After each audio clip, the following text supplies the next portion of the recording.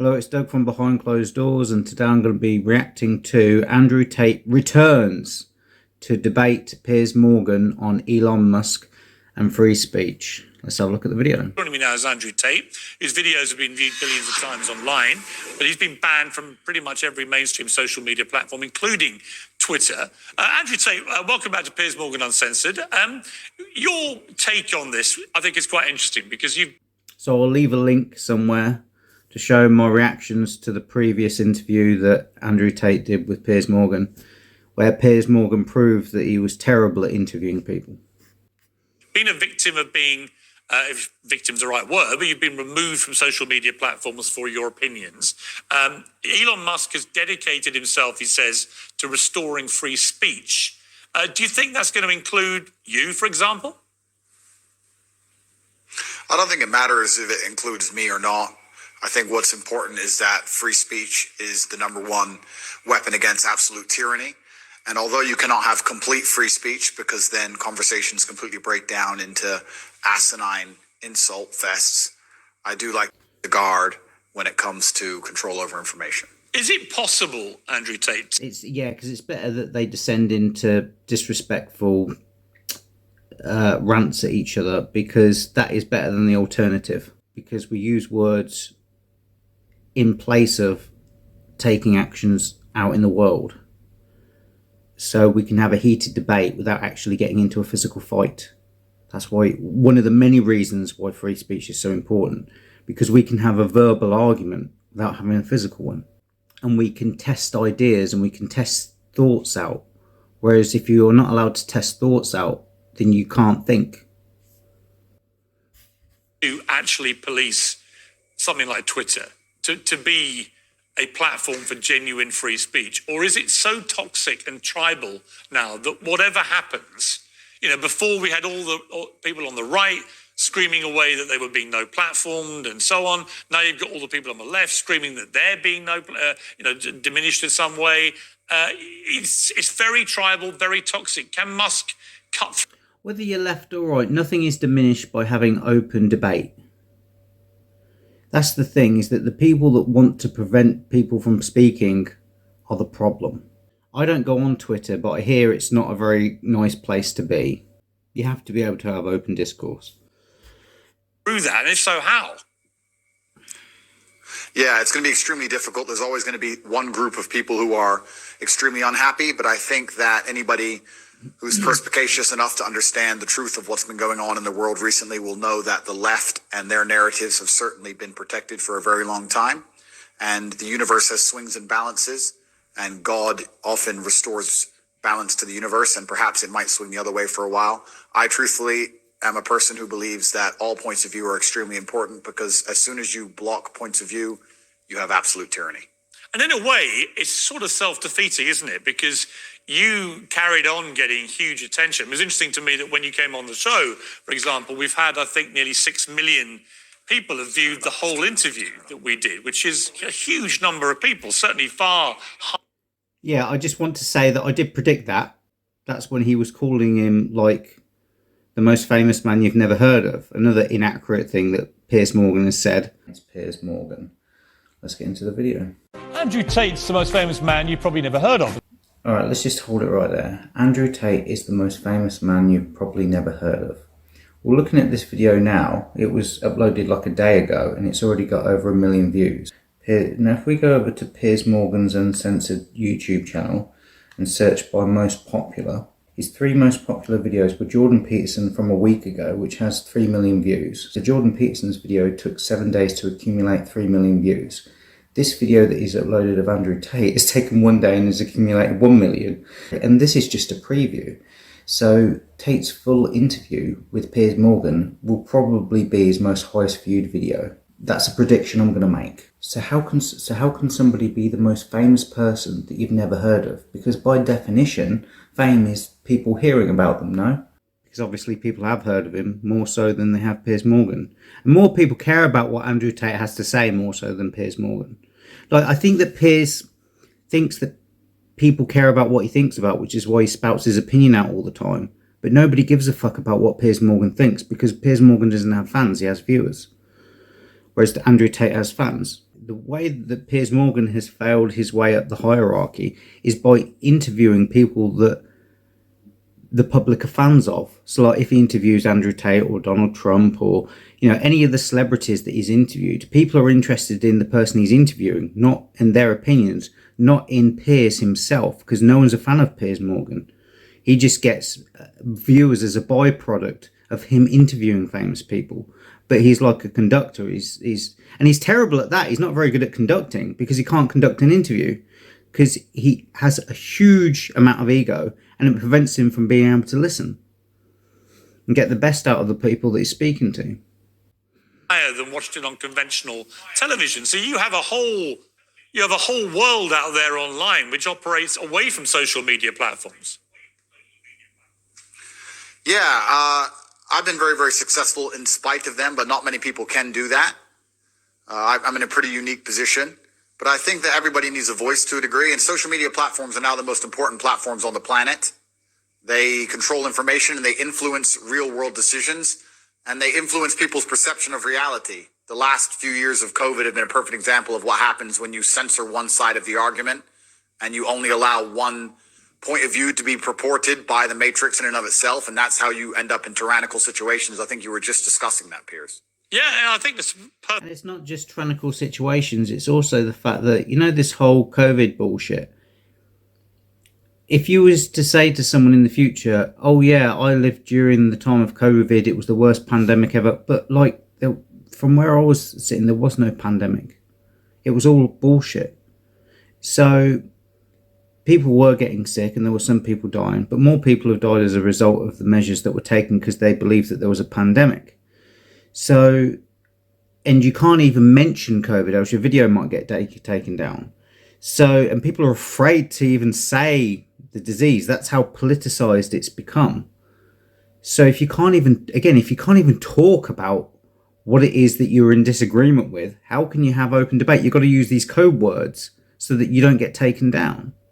It's crazy. The people that run the world have a narrative and they impose their narrative on the world. And if you don't comply with the narrative, then you're deleted. It's as simple as that. There's no free speech. There's no open debate. There's no voting. It's all been pre-decided and it's embedded in, the narrative is embedded into the culture. And if you go against the narrative or if you question it, then you're a conspiracy theorist. So it's bullshit. If the media come out and say this is an orange, and I say, well, actually, I think it's a cup or a mug, then I get deleted because I'm a conspiracy theorist. So you can't say what you believe to be true. So people literally go insane because they break their contract with reality because they're choosing to believe what they're told over what they actually think and believe. Totally valid point. People have quite rightly held me to task over some of the positions I took during the COVID pandemic, notably when the scientists said as a definitive fact that you couldn't transmit the virus if you had the vaccine. It turned out that wasn't true. Well, that's complete horseshit. There's a lot of people even say that it's not even really a vaccine. And I based my observations on that supposed fact and said, right, well, why would you think that it's a fact, you fucking idiot? in that case, if you refuse to be vaccinated, you shouldn't get the same rights as people who've been vaccinated. So again, this is a tyrant. In the heart of every individual, there is good and there is evil. And Piers Morgan sides on the side of evil, even though he does it probably unintentionally. He's an unintentional tyrant because you shouldn't be thinking that you're in the position to have other people's rights taken away because you disagree with the facts that aren't really facts. This is what makes Piers Morgan a really dangerous man, because he's quite happy to have your rights taken away if he disagrees with you. If it's true that if you're unjabbed, you can pass it on. It turned out, actually, there's not much difference whether you've been vaccinated or not. And at that point... Yeah, and it turned out that masks didn't work and social distancing didn't work and nothing worked. I changed my mind. But I felt that there were a lot of people who were being deplatformed from Twitter at the time for questioning the validity of scientific statements, and there would then be a complete U-turn. So I do think it was a very... This whole follow the science horseshit is the dehumanization of individuals. I don't look at reality. I don't question reality. I follow the science. You think that because you follow the science, it gives you the right to tell other people what to say, think, and do, and to take their rights away. Because science never lies. Science is there to just have a chat about what do you think's going on here. What are things made of? It doesn't tell you. Science doesn't tell you how to act. And going back to World War II, there's loads of atrocities that were committed in the name of science. I'm going to have to calm myself a little bit because I'm getting very angry at this, because this is very important, because evil isn't a good thing by definition. And when people use, I follow the science, I listen to the scientific facts, blah, blah, blah, blah, blah, they believe it gives them the right to impose their will on others. Interesting period, actually, for testing what free speech means. It was actually worse than that. You're right, Piers, but it was actually worse than interesting, because what happens is when you censor an entire side of the argument and only allowed one side of the argument to have a voice, you are changing reality in real time. You are shaping the world. The only reason that scam continued as long as it did, and the only reason people didn't get to see their own parents get buried, and the only reason people sat and missed cancer appointments because they were scared of the common cold, was because they were censoring anybody who said anything contrary to the purported version of events that the mainstream media decided. When this virus thing first came out, I didn't believe it. I thought it was a load of horse shit, and I went on Facebook and I spoke my mind. And I explained why. And then since then, I've never backed down. I've never changed my mind. I've never said, oh, maybe this is that. I've always not agreed with it. I've known it's a scam from the very beginning, because it just didn't feel right. Like right in the beginning with the cruise ships, when everybody thought, oh shit, this is going to like take over the world and people are dying in the streets. I knew it was a scam. The trouble is, I knew it was a scam, and everybody said, no, this is the most dangerous thing. We need to be concerned and worried about this. And I believe that Andrew Tate was the first person that I heard that agreed with my perception of reality. And that gave me my sanity back, because I'm like, I know this is a scam. And then he was the first one that did a video on it. And he was like, this is all, everything's fine, don't worry. And I was like, yeah, I thought it was. Because I trust his judgment over fucking someone like Piers Morgan. And so that's why I've had a lot of respect for Andrew Tate since then, because it really is about how you perceive reality. I used to have a YouTube channel called Alter Perceptions, because it is really about how we're perceiving reality. I was a magician for many years, and you can make people believe that you can float if you want to. All you have to do is control their perceptions of reality, because reality doesn't matter. All that matters is the perception of reality. So the moment that you distort the perception, you can control the mind. And we control the mind via a story's narrative. And that's what they're doing. And I don't think it's right. The thing is that they're doing it for evil reasons, because they want to get everyone chipped. I believe in freedom of thought and perception and speech, and I believe that people should be able to pursue what they believe to be true. They want the entire world to swallow. It's beyond simply interesting, and it's beyond simply funny or coincidental. I will challenge you on one thing. It's not the common cold, right? COVID-19 has killed 6.6 million people. It is one of the most deadly viruses, certainly of our lifetime. Oh, shut the fuck up, Piers. This is where Andrew Tate is a much more of an emotionally controlled man than I am. It's evil what Piers is saying right now. It's evil. And of course he should have the right to say it. But you should tell him that he's a fucking idiot. I'll tell you a good person to get on his show is Dr. Roger Hodgkinson. He's done loads of videos. Here's another one that's been banned. Go get him, interview him, and you're going to sit there, Piss Morgan, and say that you know more than this doctor. Fuck off. I'm Dr. Roger Hodgkinson, a freedom-loving pathologist from Canada. I'm a fellow of the American College of Pathologists and the Royal College of Physicians and Surgeons of Canada. My medical degrees are from Cambridge University in the UK, and I've held a number of significant positions, including being an assistant professor at the University of Alberta, president of the Association of Laboratory Physicians of Alberta, chairman of the Canadian Examination Board in Pathology, CEO of a large community laboratory, and currently I'm the chairman of an American biotechnology company involved in DNA sequencing. I have a number of important messages for you, resulting from this unprecedented horror show, the worst in medical history. I am viscerally outraged at this totally unnecessary, grotesque human tragedy. So my first message is this: believe nothing you are being told. It's all been a pack of lies from start to finish, pure propaganda. This is nothing more than a bad seasonal flu with slightly increased risk for older people with comorbidities. My second message is that more than anything, this is a pandemic of fear. Fear that was intentionally driven by two major factors: the notorious PCR test and the viciously effective silencing of any counter-narrative.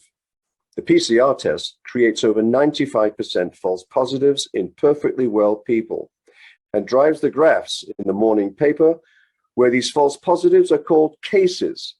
They are no such thing. You are being lied to. The second driver of fear is the brutal silencing of the truth from the three sources you would normally rely upon to form your own independent judgment: politicians, the media, and physicians. It wasn't the common cold, but I do think it is completely justified for people to say we should be more cautious, I think, about accepting during fast-moving pandemics the word of scientists as being sacrosanct, because on a number of things, from the use of masks to the efficacy of vaccines in preventing transmission, they did massive U-turns. I've read enough history books to know that the people who do the censoring are never the good guys. And they've been censoring a lot of arguments for a very long time in the name of good. They are weaponizing virtue, and it's always in the name of tyranny. Anybody who is out here trying to silence an entire side of an argument on any subject, whether it's COVID-19, immigration, anything else, they are the evil people who are out for absolute mind control of the populace. And they should be feared. I certainly agree. I certainly agree that I think the healthiest thing for any democracy is for all views to be aired and debated. We seem to have lost the ability to debate. You know, when I interviewed you, yeah, we had a few fractious moments, but actually, I thought it was Fractious moments. You brought up things that had nothing to do with anything, and you kept going over and over the same points and were getting pedantic about words. If you watch any other podcast with Andrew Tate in it, it's a really fascinating podcast because the interviewer asks questions, shuts the fuck up, and just allows him to go on long rants. And then you can just chop it up and put it into clips because what he's got to say is actually interesting. And the purpose of a good interviewer is to extract the best out of the person that they're interviewing. And Piers Morgan doesn't care about extracting the best. He just wants to do a Kathy Newman and put propaganda and implant a story over the top of it, and which has got nothing to do with what he's saying. And it was clear, it's his highest viewed video so far, and it's clear, and everyone who watches it can clearly see that it's a kind of, oh, so what you're saying is this, and making a straw man out of him. It just showed what an amazingly shit interviewer he is. It was terrible. It was horrendous. It was one of the worst Andrew Tate interviews ever.